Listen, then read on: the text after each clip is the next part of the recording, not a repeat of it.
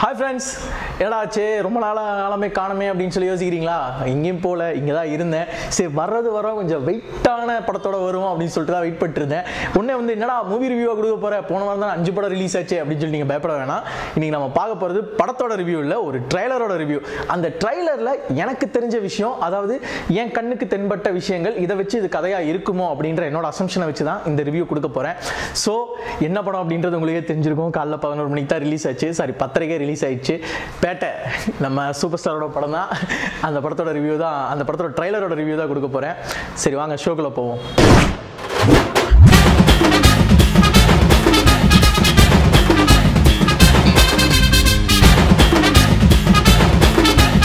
இந்த ட்ரைலர் வந்து இப்போ ஓப்பன் பண்ணோன்னே பார்த்தீங்க அப்படின்னா பேக்ரவுண்டில் பார்த்தீங்களா ஒரு பெரிய ஹில் ஸ்டேஷன் காட்டுறாங்களா? பாருங்கள், நல்லா பாருங்கள், தெரியுதா? இந்த ஹில் ஸ்டேஷன் வந்து அப்படியே வந்து ஒரு நைட் வியூவில் காட்டுறாங்க. இதை பார்க்கும்போதே தெரியுது இது வந்து ஒரு ஹில் ஸ்டேஷனில் நடக்கக்கூடிய ஒரு ஸ்டோரி அப்படிங்கிறத ஃபர்ஸ்ட் ஷாட்லேயே வந்து நம்ம கார்த்திக் சுப்ராஜ் வந்து நமக்கு கொண்டு வந்து கொடுத்துட்டாரு. அதாவது வந்து இதை பேஸ் பண்ணி தான் அந்த கதை பார்த்துக்கங்கடா அப்படின்னு சொல்லிட்டாரு. அதாவது இந்த இடத்துல தான் இந்த கதை நடக்க போகுது அப்படின்ட்டு. அடுத்த ஷாட் அப்படியே பார்த்தீங்கன்னு வச்சுங்களேன், நம்ம தலைவரோட பேக் ஷாட்டு அப்படியே தலையில் கை வச்சுக்கிட்டு அப்படியே நம்ம தலைவர் அப்படியே சாஞ்ச மீனிக்கு இருப்பார். அந்த ஷாட் அப்படியே காட்டுறாங்க. அப்போ வந்து அப்படியே டக்குன்னு வந்து விஜய் சேதுபதியோட வாய்ஸ் ஓவர் வருது. 20 பேர் அனுப்பி வச்சேன், எல்லாரையும் அடிச்சு துவச்சிட்டாங்க. அப்பவே வந்து காட்டிட்டாங்க நம்ம தலைவரோட மாசோட விஷயத்த.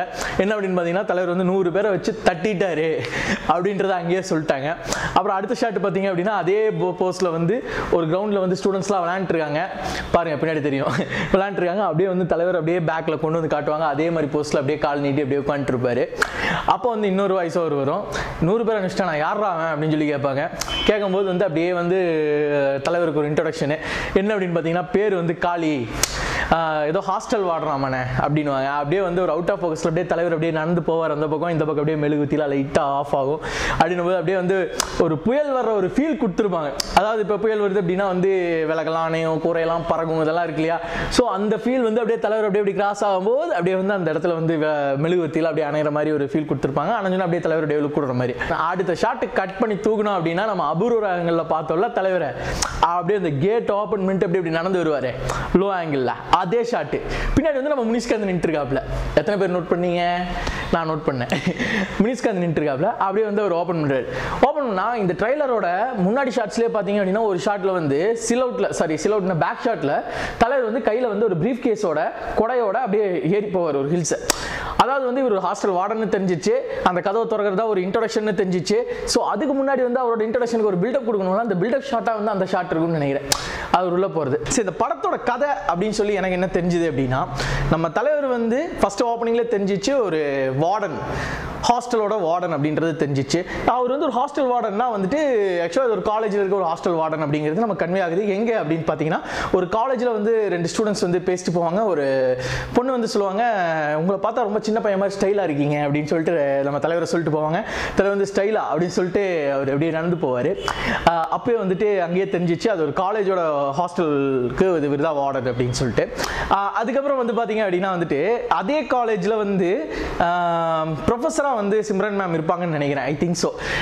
எனக்கு ஏன்னா எந்த நாள் தோணுச்சு அப்படின்னா, இவங்க வந்து இப்போ சிம்ரனும் நம்ம தலைவரும் வந்து மீட் பண்ணி பேசுகிற இடங்கள்ல பார்த்தீங்கன்னா பின்னாடி வந்து நிறைய மியூசிக் இன்ஸ்ட்ருமெண்ட்ஸ் இருக்கும். அதுக்கடுத்து வந்து பார்த்தீங்கன்னா ஒரு ஃபைட் சீக்வன்ஸில் வந்து தலைவர் வந்து அடிக்கிற இடமும் சிம்ரனும் தலைவர் உட்காந்து பேசிட்டு இருக்க இடமும் ஒரே இடம் தான். அந்த இடத்துல வந்து அவர் அடிக்கும்போது போய் ஒரு கீபோர்ட் மேலே வந்து ஒரு ஆள் போய் விழுவான். அப்போ வந்து பார்க்கும்போது சரி ஓகே, அது ஒரு மியூசிக் காலேஜாக இருக்க வாய்ப்பு இருக்குது, ஒரு ஹில் ஸ்டேஷனில் ஒரு மியூசிக் காலேஜாக இருக்க வாய்ப்பு இருக்குது. அந்த காலேஜோட ப்ரொஃபஸர் தான் வந்து நம்ம சிம்ரன் அப்படின்னு சொல்லி நம்ம அசம் பண்ணிக்கலாம். இப்போ அதே காலேஜில் வந்து படிக்கிறவர் தான் நம்ம பாபி சிம்மாவாக இருப்பாருன்னு நினைக்கிறேன். ஏன்னா பாபி சிம்மா வந்து அவங்க அப்பா கிட்ட போய் சொல்கிறாரு, இந்த மாதிரி வந்துட்டு ஒருத்தன் வந்து பிரச்சனை பண்ணிட்டு இருக்கான் ஹாஸ்டல் வார்டனு அப்படின்னும் போது, அப்போ வந்து போய் இப்போ பிரச்சனை அங்கேருந்து ஸ்டார்ட் ஆகுது. ஸோ வந்து பாபி சிம்மாவோட ஃபேமிலி வந்து பேக்ரவுண்ட் வந்து கொஞ்சம் பெரிய பேக்ரவுண்டு. அவர் அதே காலேஜில் படிக்கிறவர், அவருக்கும் தலைவருக்கு ஏதோ வந்து முட்டிக்குதுன்னு நினைக்கிறேன். அங்கே தான் வந்துட்டு பிரச்சனை பெருசாகுது. அவங்க அப்பாட்ட அடியாளாக இருக்கிறவர் தான் வந்து நம்ம விஜய் சேதுபதினு நினைக்கிறேன். அவர் வந்து ஜித்து, எப்படா அந்த கேரக்டரை காட்டுவீங்க அப்படின்னு சொல்லிட்டு நானும் வெயிட் பண்ணிக்கிட்டு இருந்தேன். அந்த ஜித்துவை காட்டணுன்னே அப்படியே வந்து போர் அப்படி தூக்கி போட்டு வேற லெவலாக கையில் கன்னோட வந்து நின்னாப்புல. விஜய் சேதுபதி அப்படி பார்க்குறது எனக்கு ரொம்ப பிடிச்சிருந்தது. அதுக்கப்புறம் வந்து பார்த்தீங்க அப்படின்னா ஒரு பாயிண்டில் வந்துட்டு விஜய் சேதுபதி சிரிப்பார். சிரிச்சுன்னா ஷார்ட் கட் பண்ணி வேற ஒரு ஷார்ட்டோட மிங்கிள் பண்ணியிருப்பாங்க. நான் வந்து செம்மகான் இருக்கிறேன், ஜட்டியோட ஒன்று ஓட விட்டுருவேன், மானம் போச்சுன்னா திரும்பி வராது அப்படின்னு சொல்லிட்டு தலைவர் பேசியிருப்பாரு. அந்த இடம்லாம் வந்து செம சிங்க்கு. என்னடா ஒரு கேட் அண்ட் மவுஸ் கான்செப்ட் மாதிரி இருக்கும் அப்படின்னு எனக்கு தோணுது. அதுக்கடுத்து வந்து பார்த்தீங்க அப்படின்னா வந்துட்டு இந்த பேரை வந்து நம்ம ஸ்க்ரீனில் பார்க்கும்போது வேற லெவலாக இருக்கும். விஜய் சேதுபதி வந்து ஒரு வில்லன், தலைவர் வந்து ஒரு ஹீரோ, அப்படியே வந்து ரெண்டு பேரும் டெட்லி காம்போவாக இருப்பாங்க அப்படின்னு சொல்லி நான் எதிர்பார்க்குறேன். என்னடா நீ எல்லாத்தையும் சொல்லிட்டு இருக்கியே, த்ரிஷா விட்டியடா தம்பி அப்படின்னு சொல்லி ஏறீங்களா? த்ரிஷா என் ஜானு சார் எப்படி சார் விட முடியும்? அது அங்கே தான் வரேன். அப்புறம் த்ரிஷா வந்து ஒரு ஷார்ட்டில் காட்டுறாங்க. எனக்கு என்ன வருத்தம்னா அந்த ஒரே ஒரு ஷார்ட்டில் தான் காட்டினாங்க. என்ன அப்படின்னு பார்த்தீங்கன்னா ஒரு முஸ்லீம் கல்யாணம் ஒன்று நடக்குது, நிக்கா நடக்குது. அந்த நிக்காவில் வந்துட்டு மணப்பொண்ணு பக்கத்தில் வந்து நம்ம த்ரிஷா அப்படியே பட்டு சல்லாம் கட்டிட்டு பொட்டெல்லாம் வச்சுக்கிட்டு ஜுவல்ஸ்லாம் போட்டுக்கின்னு வேற லெவலாக இருந்தாங்க. போங்க அவங்க அப்படியே அவங்க உட்காந்துட்டு பார்த்து அப்படியே சிரிப்பாங்க. அடுத்த ஷாட்டு நம்ம டீசரில் விட்டாங்களே பாருங்க, பார்த்தீங்களா? நம்ம தலைவர் நடந்து போறாரா, பின்னாடி சைடில் யாரெல்லாம் உட்காந்துருக்கா, பாய்ங்க உட்காந்துருக்காங்களா, சாப்பிட்ருக்காங்களா? அப்போ அதே ஃபங்க்ஷனில் தலைவர் வந்து அதே மாதிரி வந்து பொட்டு வச்சுக்கிட்டு வேட்டி சட்டை கட்டிட்டு ஜாலியாக இருக்கார். ஸோ எனக்கு வந்து தோணுது என்னென்னா தலைவரும் த்ரிஷாவும் ஒரு வேளை ஹஸ்பண்ட் ஒய்ஃபாக இருக்க வாய்ப்பு இருக்குது. ஏன்னா வந்து நம்ம கூட தலைவர் கூட இருக்கிற சசிகுமார் வந்து பார்த்திங்கன்னா முஸ்லீம்.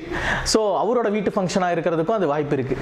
ஸோ அந்த ஃபங்க்ஷனுக்கு இவங்க போயிருக்காங்க. அந்த இடத்துல வந்து ஏதாவது அசம்பாவிதம் நடந்திருக்கலாம், த்ரிஷாக்கு ஏதாவது ஆயிருக்கலாம். அதுக்கடுத்து வந்து இவர் வந்து எந்த பிரச்சனையும் வேணாம் அப்படின்னு சொல்லி ஒதுங்கி கூட வந்து வார்டனாக இருக்கலாம். இது வந்து பாஷா டெம்ப்ளேட் தான். ஸோ ஒரு ஃபேன் வந்து படம் எடுக்கும்போது எப்படிங்க எடுப்பார், தலைவர்கிட்ட நமக்கு பிடிச்சது எல்லாமே இருக்க வச்சு தான் எடுப்பார். ஸோ அந்த மாதிரி தான் இந்த படம் இருக்கும்னு நான் நினைக்கிறேன். ஸோ இந்த படத்துக்கு வந்து பயங்கரமாக உங்களை மாதிரி நானும் வெயிட் பண்ணிக்கிட்டு இருக்கேன். ஸோ வந்து நம்ம 5 TV இது வரைக்கும் சப்ஸ்கிரைப் பண்ணாதவங்களாம் சப்ஸ்கிரைப் பண்ணிடுங்க. குறிப்பாக அந்த பக்கத்தில் இருக்கிற பெல் பட்டன் அழுத்துங்க.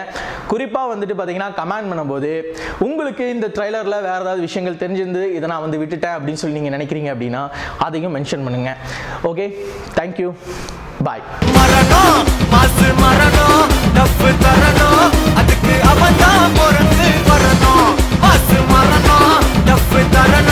முக்கியமாக இந்த வீடியோ பார்த்துட்டு இந்த வீடியோ உங்களுக்கு பிடிச்சிருக்குன்னா இந்த வீடியோவை லைக் பண்ணுங்கள். அண்ட் வந்து உங்களோட கருத்துக்களை இங்கே கமெண்ட் பண்ணுங்கள். அண்ட் குறிப்பாக சப்ஸ்கிரைப் பண்ணுங்கள்.